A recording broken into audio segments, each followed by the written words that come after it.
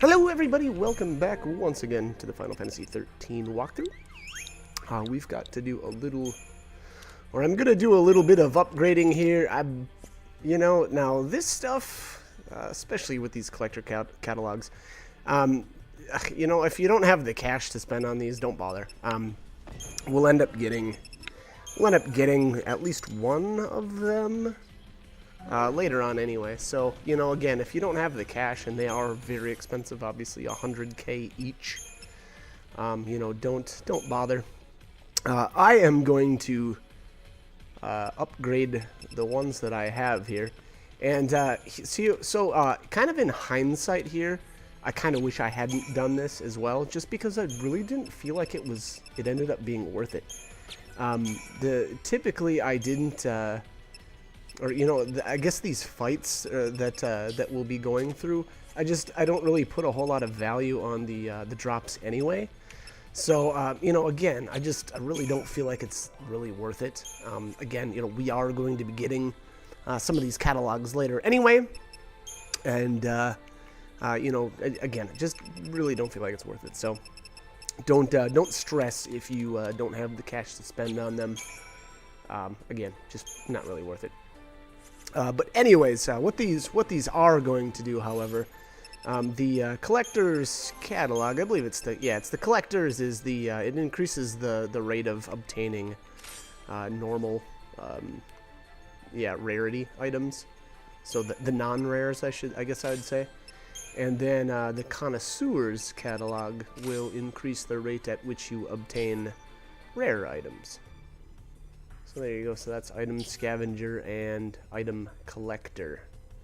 So again, connoisseur, rare items, collector catalog, regular.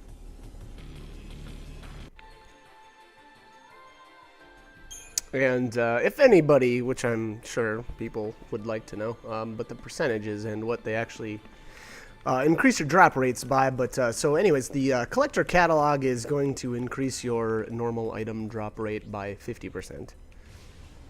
And then the connoisseur's catalog increases the drop rate of your rare items by 10%.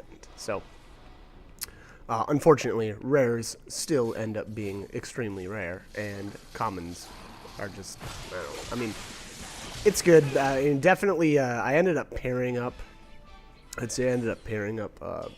both of them for the majority of the time that I ever actually have them equipped. I would say specifically when I equip the said items, it's usually for stuff like if I'm going to be farming for like cash in a certain spot, then I'll equip those. Or if I am shooting for a rare item off of an enemy, then I'll toss those on. But otherwise, for like normal gameplay, to be honest, I really don't equip them much. I kind of feel like other things are even a little bit more important. Just I kind of like to get through battles more quickly, and so because of that, I'll tend to not stress too much about having those catalogs equipped, and I'll just kind of try to get through the battles a little more quickly. So anyways, that's my 2 cents, I suppose, on the catalogs. At least for the time being. There's going to be one more later on, and that's going to be the Shroud Scavenger, and that's going to increase the drop rate on your shrouds, which is notoriously extremely low from this point. Or actually, I mean, even quite a while ago, I think the rate generally drops down to like 1%, and again, that's one of those things that I really don't worry about anyway. Shrouds are buyable, and they're extremely rare or difficult to get unless you're, kind of going out of your way to do poorly in battles. So anyways, that's probably a discussion from for another time, being that we don't have that item anyway. But anyways, all right, let's continue on here. I'm actually, ironically, as I do this video, doing a little farming, kind of end game farming. So it kind of a coincidence there, talking about the catalog and doing that kind of farming. Now, you know, if you want though, if you kind of like getting the, you know, more of your items kind of throughout the game, then go right ahead and equip those. The problem I always see anyways that especially at this point in the time, or at this point in the game, you've only got 2 accessory slots anyway, so it's kind of I don't know. I really feel like there's a lot of really good accessories, and you know, I think I mentioned it in a previous video, but you know, there's never you never have enough room for accessories in this game, so I tend to not really value those catalogs highly until, you know, certain points. You know, specifically when I'm going to be farming and you know, kind of setting up for a specific way. But anyways, all right. So I'm getting some really poor combat ratings here. Not really sure why that is. I've got lightning has got haste. Who else is even here?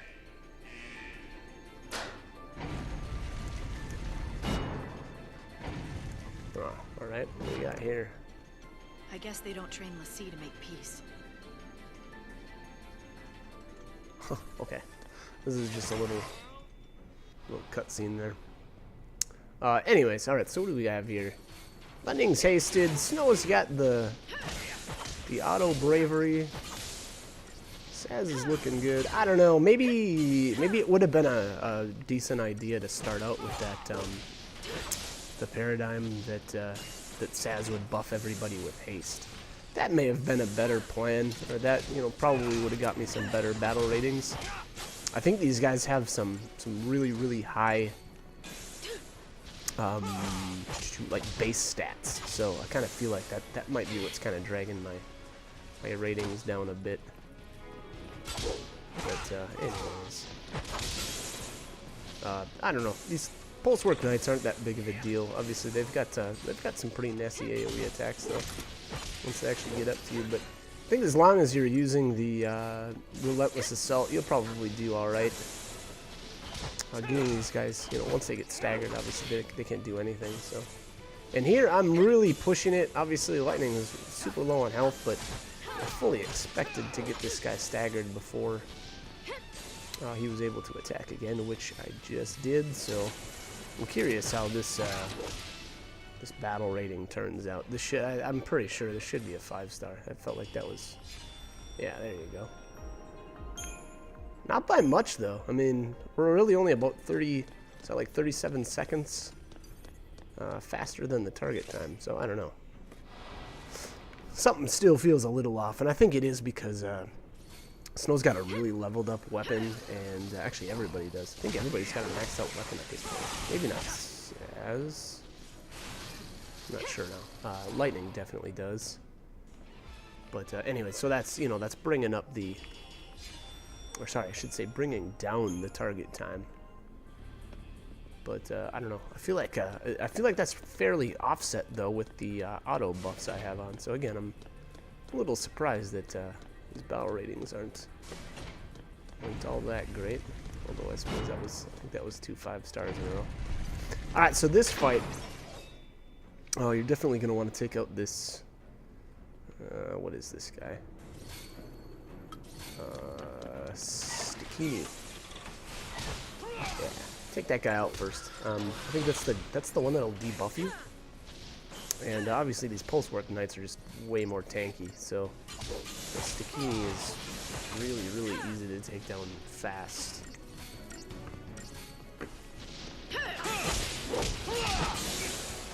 Alright.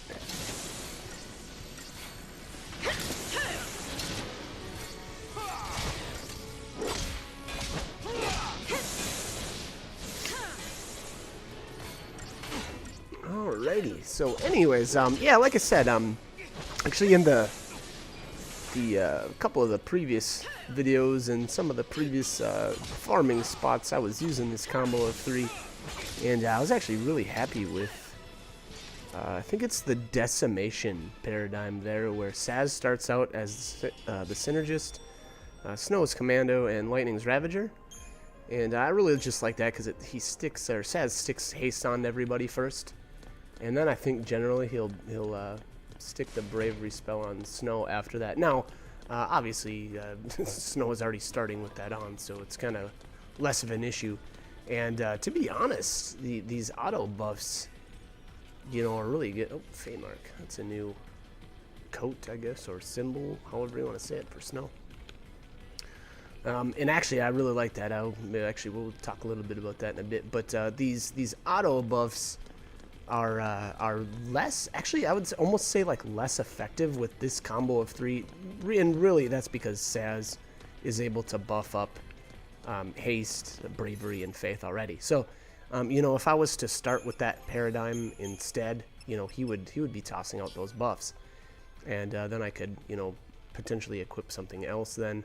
But the kind of neat thing about that, though, still is, you know, then I don't have to start out in that paradigm, and I get to just start out in Relentless Assault. So that's kind of, I don't know, that's kind of the way I like to do it. And but on that vein, though, you know, if you're not using Sazh, then these kind of auto buffs are actually really nice to have. You know, with the other characters, because otherwise you just won't have access to those yet. You know, some of the characters will get access to haste a bit later on in the game, but that's quite a ways off yet. So, you know, again, not really going to be an option for you for quite some time. But all right, anyway, so this is I think this was this a two-way battle here between the Pulsework Knights and the Imps. And I don't know, I kind of feel like I should have just taken out both of the Knights first, and kind of just let the Imps kind of go to town on them, because to be honest, those Imps are extremely weak. So I don't know. Again, I kind of feel like that could have been played out a little bit better, but well, still squeezing in with that 5-star. That was a little surprising. I think it was only 12 seconds ahead. So, anyways, all right. So this room is actually a lot like the room from earlier.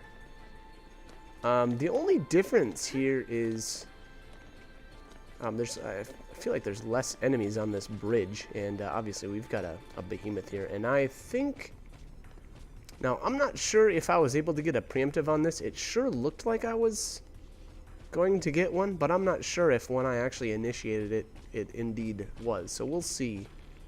We'll see here. But oh, you see, he's gonna turn around, I think, right there, and then I'll run up. And sure looks like this is a preemptive. Yep. All right. So we're good to go. And I'm not sure here. I must have been just checking to make sure that I've got this guy in my data log. I was really trying to make sure that I got everything. You know, obviously, wow, that was a 6-second fight. That's kind of crazy. But that's the good thing about getting preemptives on behemoths.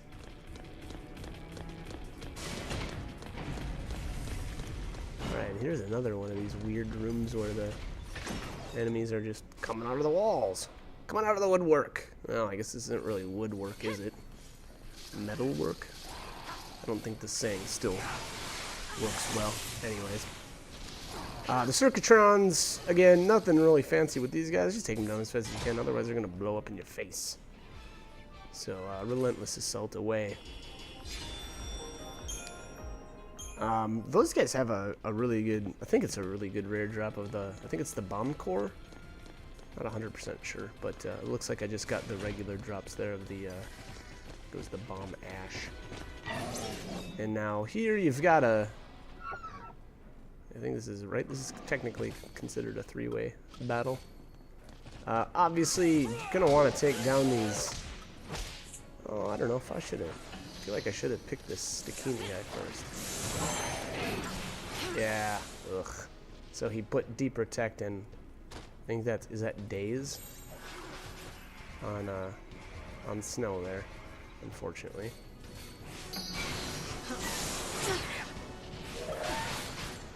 Here I'm getting Did I get launched by the behemoth, I think? And again, the healing from lightning is not all that great, but she gets the job done when you need it. This probably would have been a good time to use Renew. These greater behemoths can get kind of nasty. Actually, all of the behemoths. Yeah, look at this. There's a Renew. I saw that coming. And actually, I really should have used the buffing paradigm here too. To be honest, really should have at least got haste on everybody. That would have gone a. That buff just goes a long ways. It's probably my favorite buff in the game. All right, there we go. Ew, that's a really bad battle rating. Oh well. Them's the breaks. Alright, so what we got down here? I think this is another one of the berserker type enemies in here. I'm pretty sure.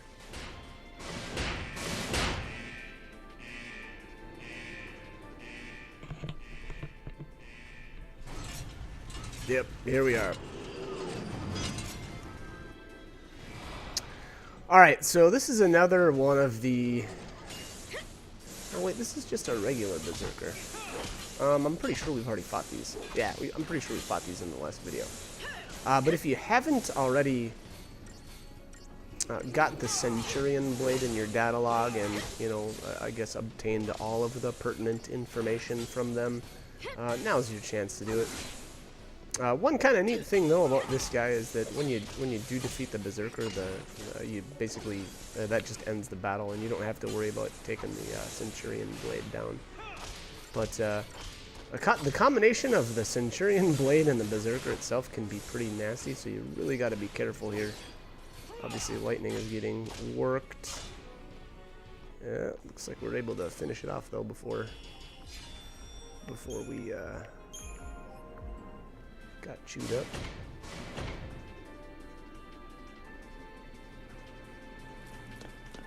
Alright. Let's see what our reward is here. Electrodes. Okay. Womp womp. It's kind of a sad reward for that fight, but hey, whatever. I guess it's something. Could be worse. Could be one gil. Alrighty, let's continue on here. Looks like we got a save point coming up. Yeah, definitely want to use that.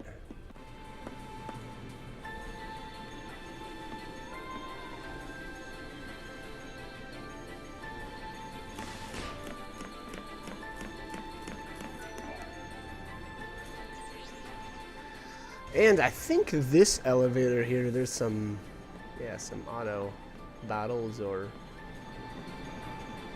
I don't know, however you want to say it. I like Snows all freaking out, doing weird circles. Cut me some slack here. And I think if you stand underneath these guys, you can get a preemptive. So let's see here. Yeah.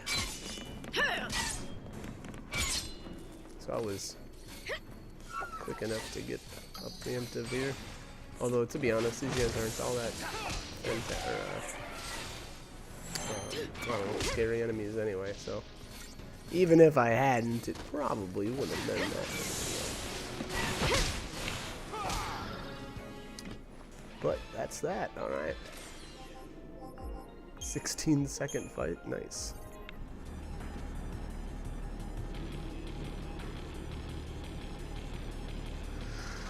Alright. Transit. Okay. We're getting towards the end of the 5th arc here. We're almost home free. This place ends up being fairly sizable. And I don't really know what I'm doing in here. Developing the characters that I'm not using anyway. I don't know how good that ended up doing me. I think so. This must be the... Is this the 2nd accessory slot, or is this the 3rd? I think this is the 3rd. Yeah, it's got to be the 3rd. Yeah. So, anyways, definitely, oh, and you know what? I think I actually was talking about only having 2 accessory slots earlier, but that's not the case. Oh, and then here, yeah, actually with the Stage 8 Crisarium here, we're getting into the ATB segment boosts, and that's huge too. You know, I've actually kind of brought that stuff up in a couple of the other videos. Basically, you know, having another ATB segment is actually good because it increases your recharge rate right off the bat. So those are always just nice to have. So I guess, you know, if you're shooting for efficiency here, or if you're trying to kind of get the most out of your CP, try to shoot for those. And then accessory slots, those I always like too. Obviously from the, I guess some of the, you know, discussions from earlier there was just saying that it just doesn't feel like you would get enough accessory slots. Well, that's because, you know, there's a lot of really cool accessories in the game and a lot of really neat effects. So those are always really good to get too. But then, and then obviously the roll level crystals are really useful as well. Those are just gonna, you know, increase your character's overall effectiveness, and you know, again, those are huge too. Actually, I don't want to downplay those, and you know, in any way. Those are really useful. So you know, again, if you kind of feel like you're a little low on CP, I would maybe get away from branching out and going out, you know, to every branch that you come across. And maybe just shoot for like roll crystals and, you know, accessory slots and that sort of thing. So, you know, I did fairly or had a lot of CP built up at this point in the game, but well, I should say I had not anymore. I ripped through the, you know, the maxed CP I had at the beginning of the 5th arc there really quickly. And you know, actually, now that I think about it, I probably should have brought it up earlier, but the best way to develop your characters is to hold off on the roles that they kind of don't have initially. Like for instance, you know, Lightning starts out with Commando, Ravager, and Medic. So you'll definitely want to stick to those 3 roles, especially if you're not like over leveling and, you know, sitting in one spot just leveling like crazy. Reason being is those other roles are extremely expensive to get through, and they really don't offer you that great of stat increases and whatnot. So again, I kind of feel like you know, especially if you're not kind of just hanging out in certain areas and trying to amass tons of CP, then you really want to avoid those other roles. You kind of want to stick to the 3 primary roles. And then, you know, eventually, if you decide to, you know, spend any amount of time leveling or, you know, just kind of grinding out CP, then you can kind of make your own decisions from there. But again, I would recommend for the time being sticking to your 3 primary roles, and you know, just kind of going from there. Again, I feel like it's a better way to go about spending your CP. You're just gonna get more, kind of like more bang for your buck. But otherwise, you know, if you really want to use somebody like Fang as, like, for some reason you really like Fang and you want to try her as a Ravager, I mean, I can't recommend that, but you certainly could. And I'm sure she could, you know, she'd probably do okay. I just, you know, again, I can't recommend that, especially for this point in the game. That will become much more doable end game, or post game, I should say. That's kind of one of the neat things about Final Fantasy 13 is even after you beat it, there's still I feel like there's still a ton more that you can do, and you know, I don't know. Again, I think mostly because I really enjoy the battle system. Not saying that I don't appreciate the story, but this game has a, you know, a really good and really fun battle system that I enjoy. So, anyways. We're finally getting kind of close to the end of the video. I feel like we've really covered a lot of ground. Feeling good about this one. This place just ends up feeling super huge. I don't know. And a lot of these, like this corridor, why does it feel like we've been here before?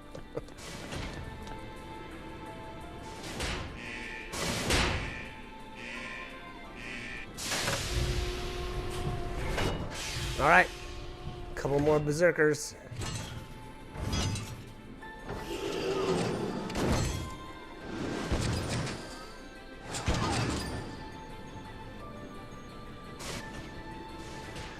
I believe this is the last spot that you can fight these berserkers. So again, if you haven't got the Centurion Blade in your data log and you're crazy anal about that kind of stuff, then make sure you get it now. I'm starting out obviously in the Decimation Paradigm. This is the one I actually was referring to earlier. And I really like it. I like that, I mean, number one, Saz always buffs everybody with haste first. That's the number one priority. So then after that, then he kind of goes into the offensive. Well, this is technically still an offensive buff, but the other offensive buffs typically, you know, bravery, faith, that sort of thing. But I just wanted to get haste on the guys first before I started working on getting this guy. Well, I shouldn't say before I started working on getting him staggered, because lightning and snow were doing that. But anyways, all right. So that one was really quick. Well, fairly quick. 42 seconds. It's not too bad.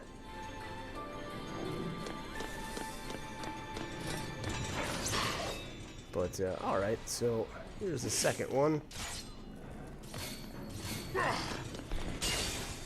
Oh, did I get a? Wow, I must have got a preemptive on this guy, huh? And I missed it. Obviously, that's going to speed things up.